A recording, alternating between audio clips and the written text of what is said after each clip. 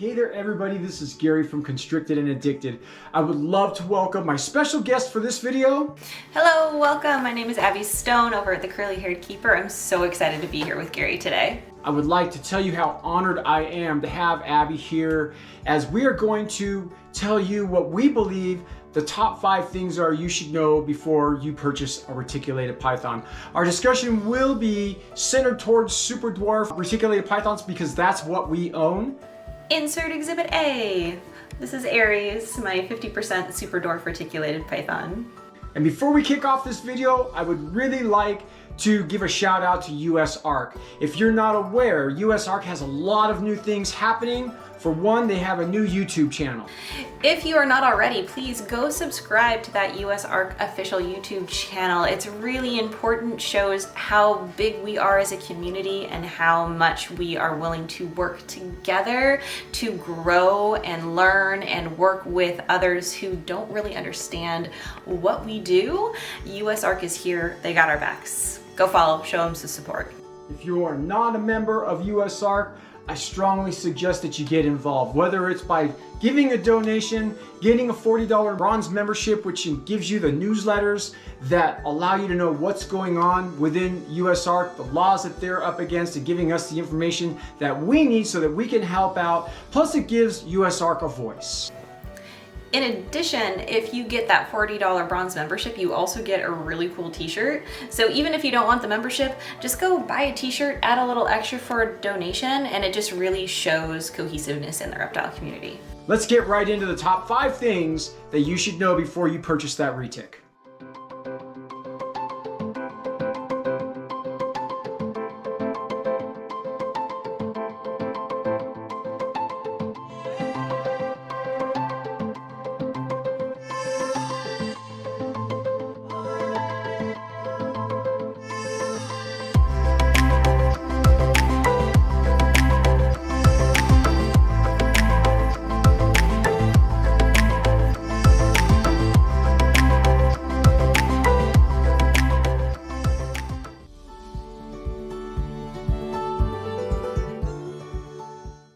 Topic number 1, how big do they get?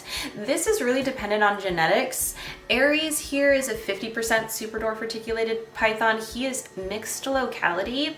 Now, getting a mixed locality isn't necessarily something I recommend because it's hard to gauge how big he will be as an adult. He is just about a year old right now. He's about 4 feet long, and he's probably estimating here going to get around 8 to 10 feet.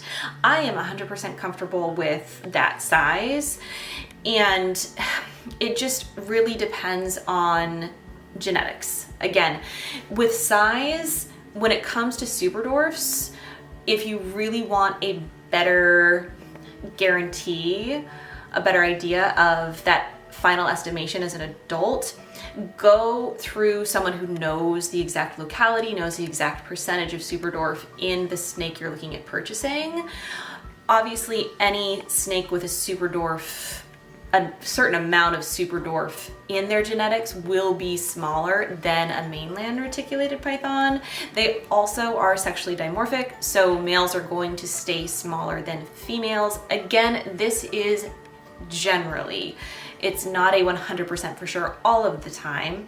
So do your research, choose wisely, make sure when you go get that tiny little reticulated python that you know, or at least have a really good estimation of how big they are going to get as an adult, and you have the space to keep them.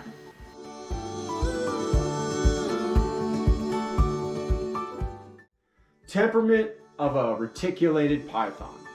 You know, I think in reality that it's gonna depend on 2 different things. It's gonna depend on the owner or the breeder that you get your snake from. It's also gonna depend on the animal a great deal. I have Cora out because Cora was one of the animals that I really had to work with to get her to where she is today, and it's through consistency. I believe that if you're consistent with your animal, on most occasions, you will have a puppy dog tame reticulated python at the end of the day.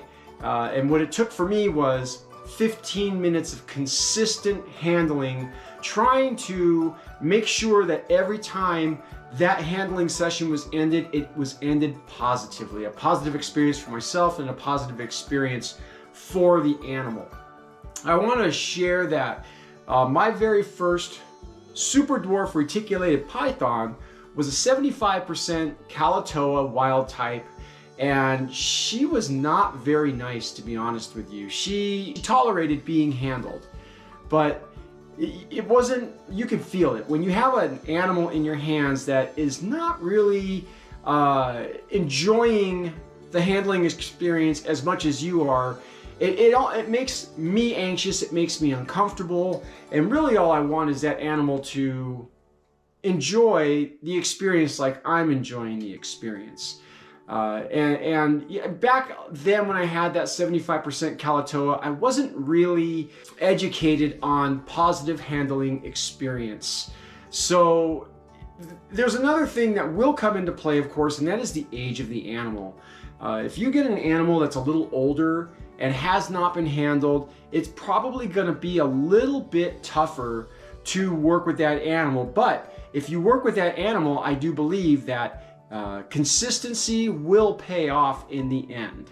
But like with Cora, when I got Cora, I was told by the breeder that he really never handled her other than for cleaning, transporting, between enclosures and so forth. So I did not understand what I was getting myself into when I got Cora, but I also knew that she was going to need some work. What I did was I took her and I handled her for every day, regardless of what happened. When I got her, she flew out of my hands. She struck at me, she struck at my wife, she bit my thumb. She was a handful when I first got her, but I did not give up on her. I really wanted this animal. I gotta keep an eye on her because she will get into the light fixture.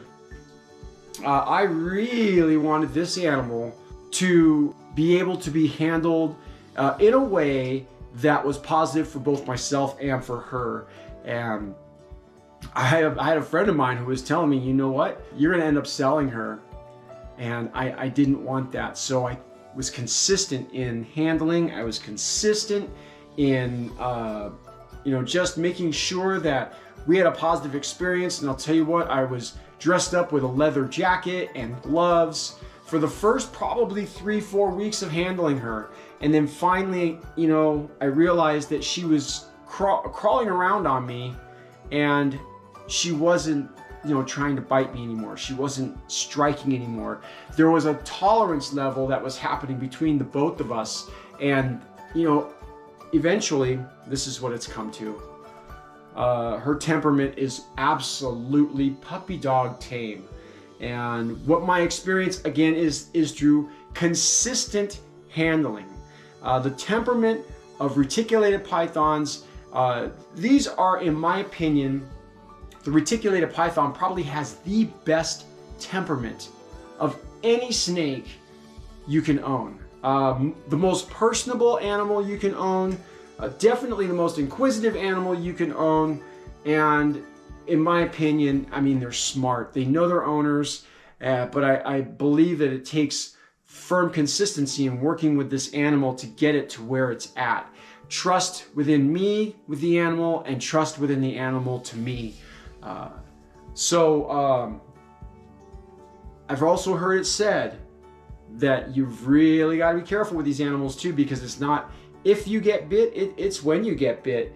And it's important that when I'm handling her, I'm always watching her body movements. It's up to me to understand if she wants to be handled or not.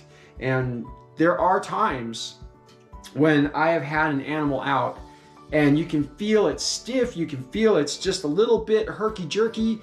You can tell that something is off. And if I continue to handle that animal and something happens, it's on me because I didn't read the animal. So just in my opinion, right, like the reticulated python, and I've got 4 of them in my possession right now, these animals are absolutely the most wonderful puppy dog tame animals that you can own. And if you happen to get one that is not, you know, so friendly when you get it, like I said, consistent working with these animals will pay off. You just got to be patient.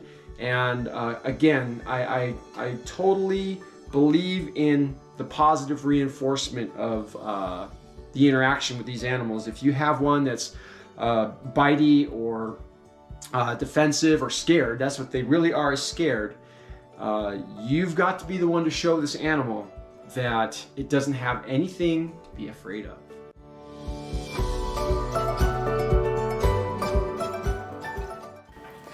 As Gary said, temperament on these snakes is truly wonderful. They're so smart. And something that I want to add to that is the importance of training your snake, your retic, when you get them. I have Aries tap trained. They do tend to be food, I don't want to use the word aggressive, but they are very food motivated. And they will associate you with food if you don't train them properly.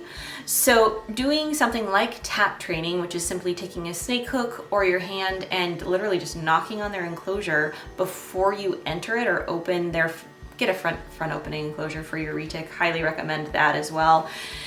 But do that little knock before you enter their enclosure and they will associate that knock without food. So you do this anytime you go into their enclosure without food. When you go in with food, don't tap. But they'll associate that tap with you. Like Aries now associates that tap with me opening his enclosure. And if he's feeling social, he'll ask to come out. He will put his head on my hand. He will crawl out of his enclosure on his own. And it's really cool to see their brain working in that way. And they truly are smart. So use that to your advantage. Tap train. It's awesome. If you need further information on tap training, there's lots of really good YouTube videos on how to accomplish this. Lots of people with a lot more experience than I have on tap training their snakes.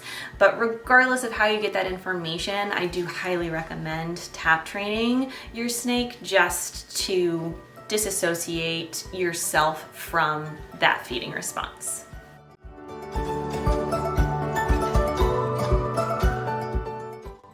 The availability of the super dwarf or dwarf reticulated python. I have only been keeping these animals for roughly about 9 months, but I'd been researching them for about a year before I finally purchased one. A friend of mine had turned me on to the super dwarf reticulated python, and I was completely intrigued how one of these beautiful animals could be obtainable at a size that was completely manageable. I personally, I can't fathom owning a large constrictor that gets, 15 plus feet long. That's a little bit too large for me. But when I heard about the super dwarf, I really wanted to get a little more information on them and see what they were all about. When I first started looking for the super dwarf reticulated python, there weren't many people, especially on Morph Market, that were making these animals available. If you go to Morph Market, you'll find that Reach Out Reptiles, who is probably the largest breeder of the super dwarf reticulated pythons, I don't believe they have a Morph Market account. So you would see maybe a couple, 3 or 4 super dwarf reticulated pythons, and some of these animals were just at outrageous prices. At that point in time, $2,500, $3,000 for a 50% Kalatoa. I just thought, wow, that's a little bit untouchable.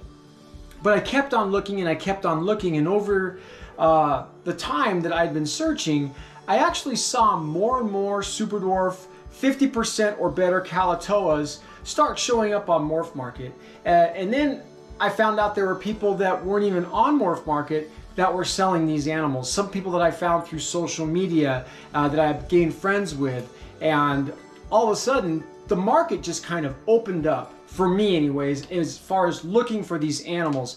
One of the most important things when you're looking for, and I'm going to refer to the super dwarf because that's what I have, and this does go for the dwarf locality as well, but when you are looking for these animals, it's really, really important that you find a breeder that is trustworthy, right? Like somebody who is giving you the correct information. I still, to this day, with the 4 super dwarf, actually 5 super dwarf retics that I own, I don't have any sort of paperwork that says, hey, this is the lineage of this animal. And I might be wrong in saying this, but I believe Reach Out Reptiles is really the only breeder out there who might have a lineage chart that they include with every sale. But I have to go by, and I do go by, on what my breeder tells me. And one of the things that I have found is to trust a particular breeder. For me, that is New Shed Serpents. I have got a really good relationship with Chris over at New Shed Serpents, so I trust him, and I trust that if he tells me that this animal right here is a 50% Kalatoa, then that's what she is. And over time, size is showing me that. She's coming on 3 years old. She's just about 6 feet long. To me, she's like an over-glorified corn snake. So it's really, really interesting to me to see how these animals have evolved and how they've just grown in popularity when it comes to the availability of these animals. They're still, price ranges are kind of weird, right? Like I've seen some 50% Kalatoas nowadays. I see them for $1,500. Other times you could see a wild type 50% Kalatoa going for $2,500. So it's kind of interesting to look out there, see what deals are available, and make sure you question the breeder about the lineage, about the percentage, because these things are extremely important when it comes to owning a super dwarf reticulated python. If you are really concerned about the size of these animals and not ending up with a snake that's going to be 15 plus feet long, you really want to know its lineage. These animals can be mixed with dwarf localities, and if you have dwarf locality mixed into your super dwarf, that can also increase its size. Genes will always play a factor on the size of your animal. So it's very important that whenever you purchase a super dwarf reticulated python, that you contact the breeder, you ask the questions, ask about the lineage of the parents of the animal that they're selling. Remember that 2 animals with the percentage of super dwarf divided by 2 equal the offspring. So if you have 2 50% Kalatoa, male and female, breeding together, its offspring will be 50% because you've got a 50% male and a 50% female. That's 100% divided by 2. So it's important because if you end up going to breed this animal later and you don't have any paperwork to back up the lineage or the percentage of your animal, you could be muddying waters. You could be breeding an animal that may not be the percentage of the super dwarf that somebody is claiming that it is. So it's important. Do your homework. Look on Morph Market. If you're ever in doubt, trust Reach Out Reptiles. These guys are amazing when it comes to super dwarf reticulated pythons. I have 5 reticulated pythons, super dwarf, and 3 of them have come from New Shed Serpents. I trust Chris. Chris has been always fair and more than fair. He's been above board with me and just a great guy to work with. And when I have somebody like that, it makes it easier for me to go back, and when I want to make another purchase, I go back to him and I see what he's got. He offers what he has to me. He tells me exactly what's going on with that animal, and then I make an informed decision if that's an animal that I want to add to my collection. And being that I've now added 3 animals from Chris to my collection, to me, I stand behind Chris and say that guy is a stand-up breeder. He's got great animals. But do your homework, look out there. If you see an animal that has super dwarf but unknown locality, ask questions about it. See if they have any idea of what that locality is, so that if you do go to breed later, at least you can list what the locality is. But today, the availability of a super dwarf reticulated python is so much more than what it was before. So again, do your homework, look around, because there is a super dwarf reticulated python out there for you.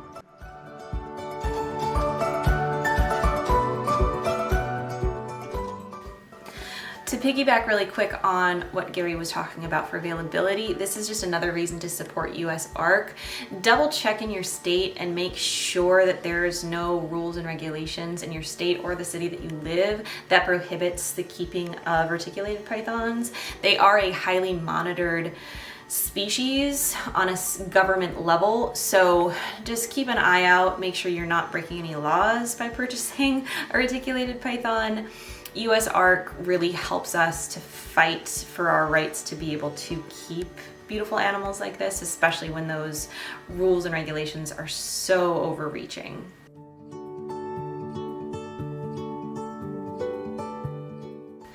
Moving on to topic number 5, what is it like to keep and care for these wonderful animals? One, they are curious. They move around a lot, so in my opinion, the enclosure size needs to be pretty big. His is admittedly a little too small for his size at the moment. He's in a temporary quarantine enclosure. He will be getting a much bigger enclosure in the very near future, but they love to explore. They also love, at least Aries anyway, I have found, love to get out of their enclosure. He comes out on his own, I believe I mentioned that before, and he'll just hang for a good 2 hours and get exercise, explore his surroundings, explore his environment. They're not a snake you can just wrap around and wear as a scarf while you watch a movie. They're a little too busy for that. They take a little bit more interaction, and I feel like a little more awareness as you're handling them. You are so clumsy sometimes, cute boy. However, it's really amazing to see their intelligence shine through. You can see their eyes moving as they are checking out their environment and keeping an eye on where you are. It's really cool to see. Highly recommend if you love interacting with your animals at this level. If you're looking for a couch potato snake, Retics are not for you. Another thing to keep in mind as far as their care goes, a lot of time and effort obviously goes into giving them enrichment that they like and need, but also these guys like to make a mess.